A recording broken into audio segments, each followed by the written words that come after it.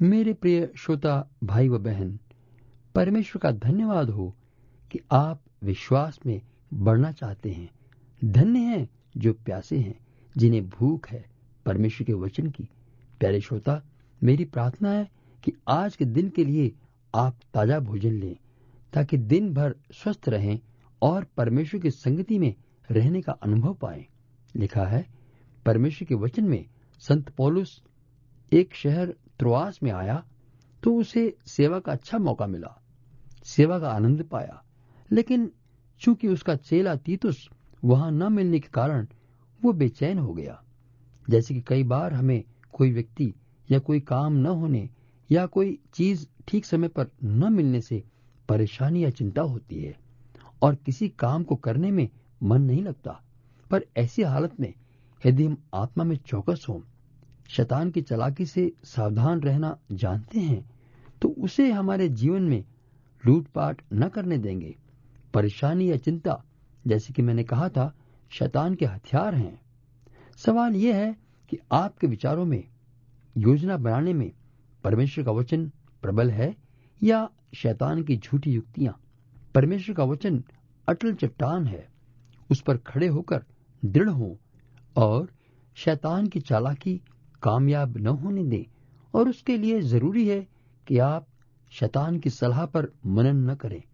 यही चिंता का कारण है। चिंता का स्थान वचन को दे दें। संत पौलुस ने यही किया। वह कहता है, परंतु परमेश्वर का धन्यवाद हो।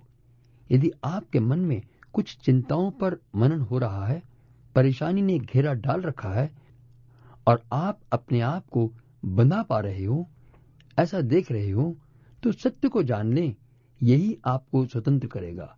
कहिए मेरे साथ, परंतु परमेश्वर का धन्यवाद हो। चाहे कुछ भी सामने आए, परमेश्वर मसीह में सदा मुझको जय के उत्सव में लिए फिरता है, और वो यूं ही फोकट में नहीं, बल्कि अपने ज्ञान की सुगंध मेरे द्वारा हर जगह फैलाता है। समझ लें इस महान भेद को। यीशु मसीह जो मृत्यु व शैतान पर विजयी है, हमें उस समय अपनी महिमा में लेकर चलता है, अपना वचन प्रकट करता है। जिस समय शैतान हम पर चिंता का तीर चला रहा हो, उस समय हम परंतु कहने के साथ ही अपना मनन परमेश्वर के वायदे पर लगा दें। कोई भी वादे को हमने हासिल करना है तो एकमात्र उपाय है विश्वास, क्योंकि लिखा है, इसलिए परमेश्वर की आशीषें या प्रतिज्ञा हमें विश्वास द्वारा बिना मूल्य वरदान रूप में दी जाती हैं। विश्वास के विरोध में दो शब्द आते हैं, शक या संदेह और अविश्वास। ये समझ लेना बहुत जरूरी है कि दोनों शब्द अलग हैं। अविश्वास का मतलब है परमेश्वर से मुंह फेर लेना, परमेश्वर पर विश्वास न करना, उसके अस्तित्व का इनकार करना।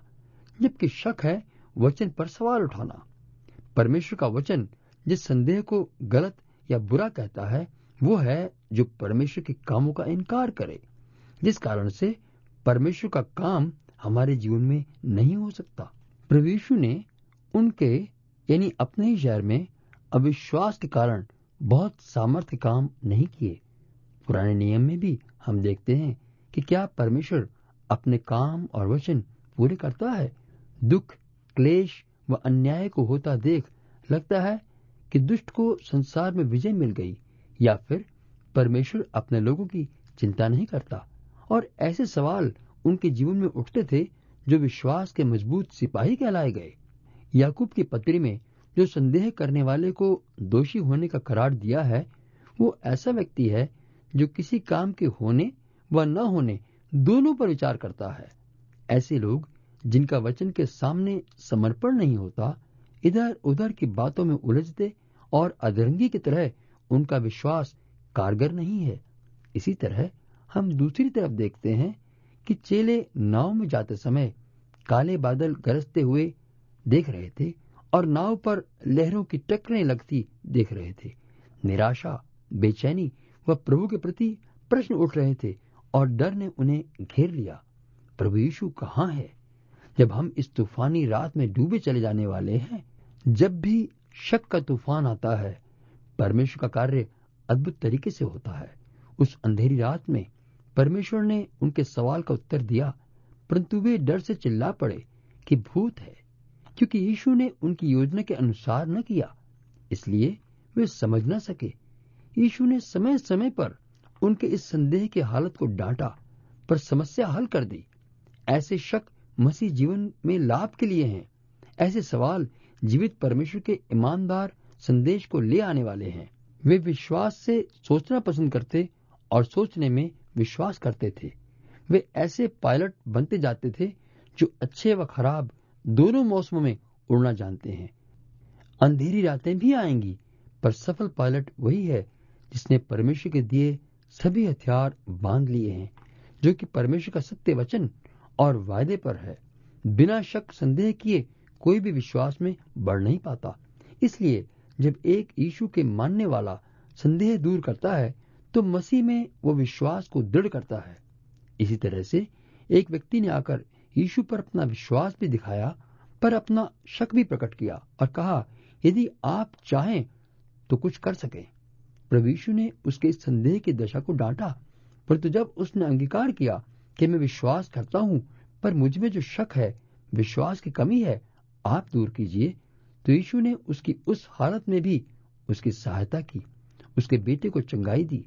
मित्र, हो सकता है कि आप भी इतने सप्ताहों से विश्वास पर प्रचार सुनने के बाद भी अपने मन के सवालों में उलझे हों, लेकिन आपने उन सवालों को कहा नहीं, बल्कि अपने संदेह को दबाए बैठे हो।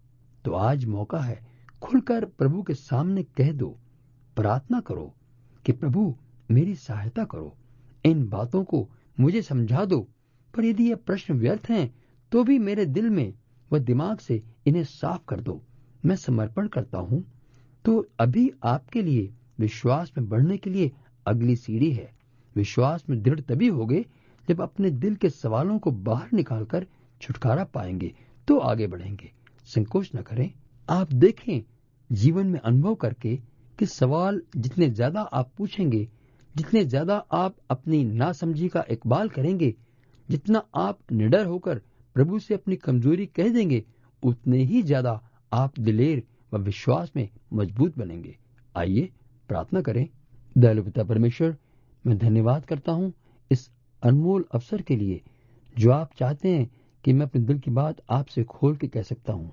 मेरे मन में जो भी सवाल हैं, रुकावटें हैं, उनको आपके सामने कबूल करता हूँ। मुझे क्षमा करें, मुझे साफ मन दें, सीधा विश्वास दें, दृढ़ विश्वास दें जो आपकी महिमा के लिए फल लाने वाला हो। मेरी बुद्धि खोल दें ताकि मैं आपके वचन को सुन सकूं और उस पर अमल कर सकूं। मसीह यीशु के पवित्र नाम में आमीन।